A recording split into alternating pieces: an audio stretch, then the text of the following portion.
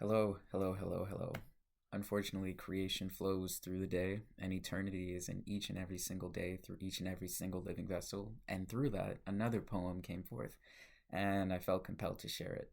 So here we are again with a poem that is called Water is the Proof That Everything Touches, that everything remembers, that everything returns.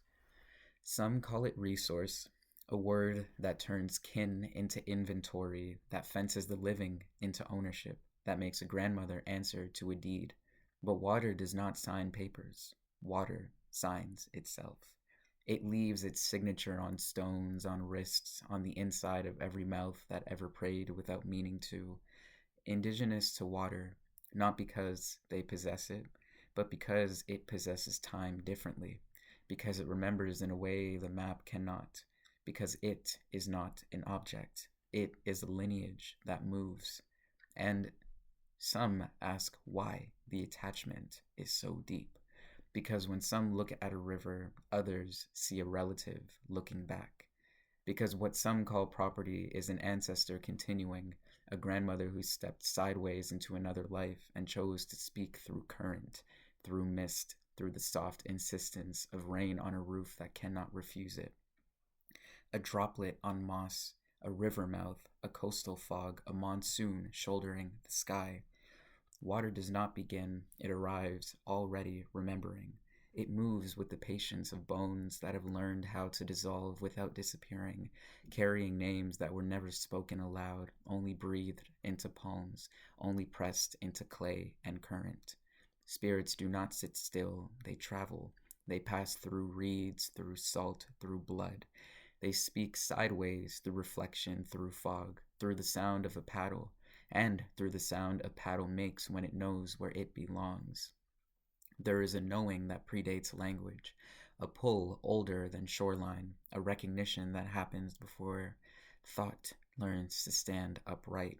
Water knows this. It knows how to be ancestor without becoming past.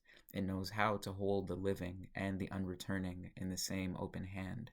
Water carries what was never meant to be lost, names without graves, names that graves did not hold. Songs interrupted, bones made light by time, bodies laid down gently when the land could not hold them. It carries the undiscovered, not because it hides, but because it refuses to be forced into knowing. Currents braid time together. Salt touches blood and does not ask why. The body answers anyway. Every river is a story that refuses a single mouth. Every wave is a sentence that breaks itself to continue. Life begins submerged, folded into warmth, suspended without edges, a first home made entirely of listening. We arrive floating, not standing. We are shaped by surrender first. Then the body opens and water exits as cry, as salt, as proof that separation has begun. Discovered by spilling out of ourselves, crying our way into breath, endless weeping they call it. But tears are just memory refusing silence. What composes rivers compose us. Salt in the sea, salt in the mouth, blood learning its motion from tide. To taste the ocean is to remember sight. To taste the ocean is to see without eyes. To drink is to recognize. Water, carries time inside time itself. Water, carries time inside itself, carries the before and the after without separating them, carries history without chapters. Beneath the surface, motion never rests. Spirits pass through scale and stone, through eel-slick darkness, through the slow turning of submerged trees, still reaching for light they remember. Water does not grieve in stillness. It grieves by moving. Oceans are not distances, they are continuities. They carry themselves across centuries, across wreckage, across migration of fin and hull and breath. Fresh and salt interlace at the mouth of the river, histories touching without conquest, each becoming more true by mixing. The deep is crowded with what refuses spectacle, life beginning again where no one expected it, as if the world is always more possible than assumed. Perhaps the two worlds were never meant to touch.